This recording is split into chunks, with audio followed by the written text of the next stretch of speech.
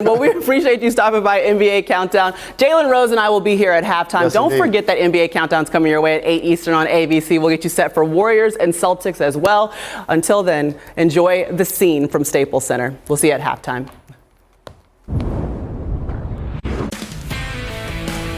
All right, Maria, well, thank you very much. A beautiful day in Los Angeles, California. And at Staples Center, a matchup between two of the best in the West. The 42-14 Utah Jazz getting ready to take on the 34-22 Los Angeles Lakers as we welcome you to NBA Courtside, presented by McDonald's. Fans back in the building at Staples Center. This is the second game the Lakers will have fans.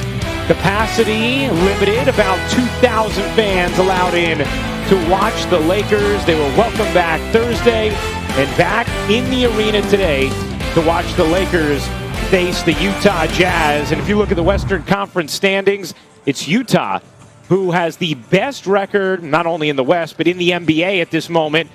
A game and a half in front of Phoenix, who's just had an incredible season. The Lakers holding on at fifth as they have navigated some very difficult injuries.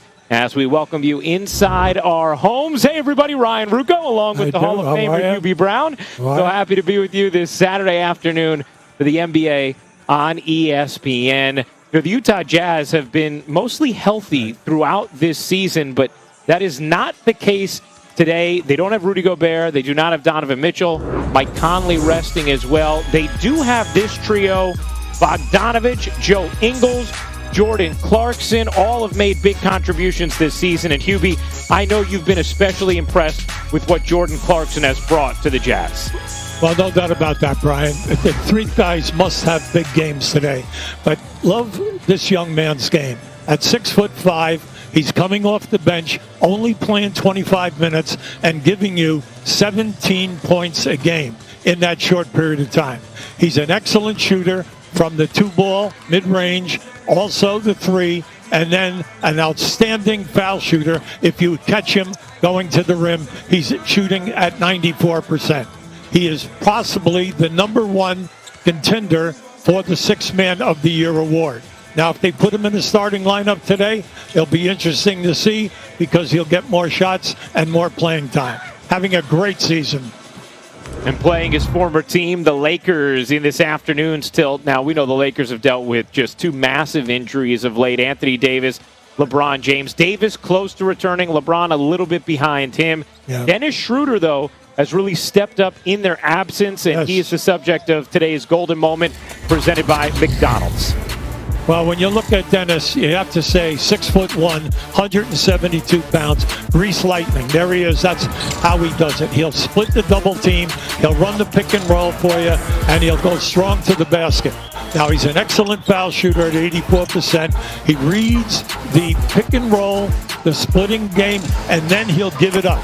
Now, without LeBron James, he is giving you 16 points a game and 7 assists. He can make the pass in traffic, and this is a good example right here. He'll get the pass, just move without the ball, and create the passing lane. Love his game. You see the 43% and the 7 assists. Very big. You would be in the top 10 right now with 7 assists a game.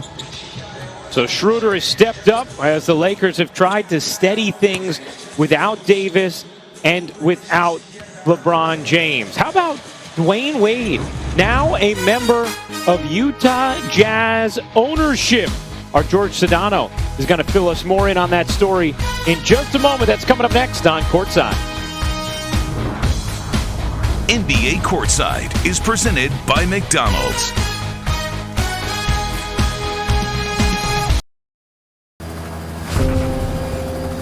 It's just been a disjointed season. Getting new guys in there each night. Our guys are just competing through it. I mean, we got champions on the roster, and we got some hard-playing players that really want it. Caruso! Figuring out how to win games together, figuring out how to play with one another. Come on, keep fighting. You know, it's going to be scary for people when those guys get back. Throw it down, Coon! We just know how to make championship winning plays. That was nice. Showtime! We welcome you to NBA Saturday, presented by State Farm.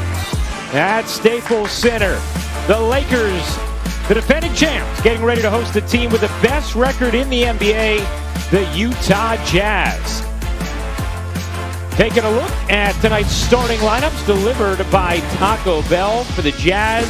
They will be without Mike Conley, Donovan Mitchell, Rudy Gobert, so it's Jordan Clarkson, who slides into the starting lineup with Joe Ingles, along with Bojan Bogdanovic, Royce O'Neal, and then Ersan Ilyasova, who starts at the 5. Jazz also without Derek Favors in this game.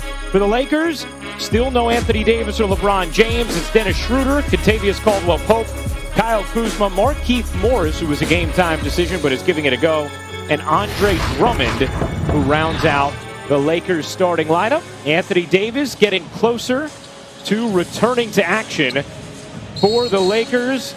They've had to navigate without Anthony Davis since February 16th. They've had to navigate without LeBron James since March 20th. But the Lakers have shown grit.